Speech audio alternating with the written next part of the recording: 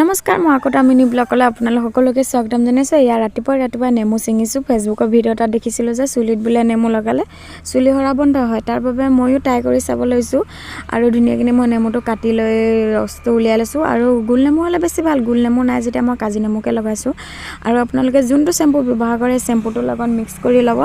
Mix কৰি ধুনীয়াকৈ চুলি গুৰিত ফালি ফালি লগাই দিব। কোনোবা লগাই দিলে বেছি ভাল আৰু মোৰ লগাই দিয়া মানুহ নাই কাৰণে মই নিজে লগাইছোঁ। লগাই লৈ খুব বেছি 45 মিনিট ৰাখিব। আৰু মই ধুনীয়াকৈ শুই আছিলোঁ সেইবোৰ গা পা ধুই লৈ, কিন্তু বৰমাই মোক ক'লে যে চাহ এটোপা দেহি বুলি পথাৰত এনেই আছে যদি মই চাহ দি থ'লোঁ। আৰু এয়া ঘৰৰ লোকেল কাউৰী মাছ। আৰু এতিয়া মোৰ চাৰিআলিত এটা কাম আছে, অনলাইন কৰিছিলোঁ ইনকমখন আজিলৈ অহা নাই, তাকে চাব আহিছে। আৰু লগত খুৰীও আহিছে। এইফালে আমাৰ বৈষ্ণৱহঁতে ধুনীয়াকৈ হাঁহি আছে, মই এনেকুৱা কৰি আছোঁ। আৰু মোৰ কেইবাদিনৰ পৰা গাটো বেয়া, অকল মাথাটো ঘূৰাই থাকে, দুৰ্বল দুৰ্বল লাগে। সেইকাৰণে মই প্ৰেছাৰটো জুখি আহিছোঁ চাৰিআলি আহিছোঁ যেতিয়া।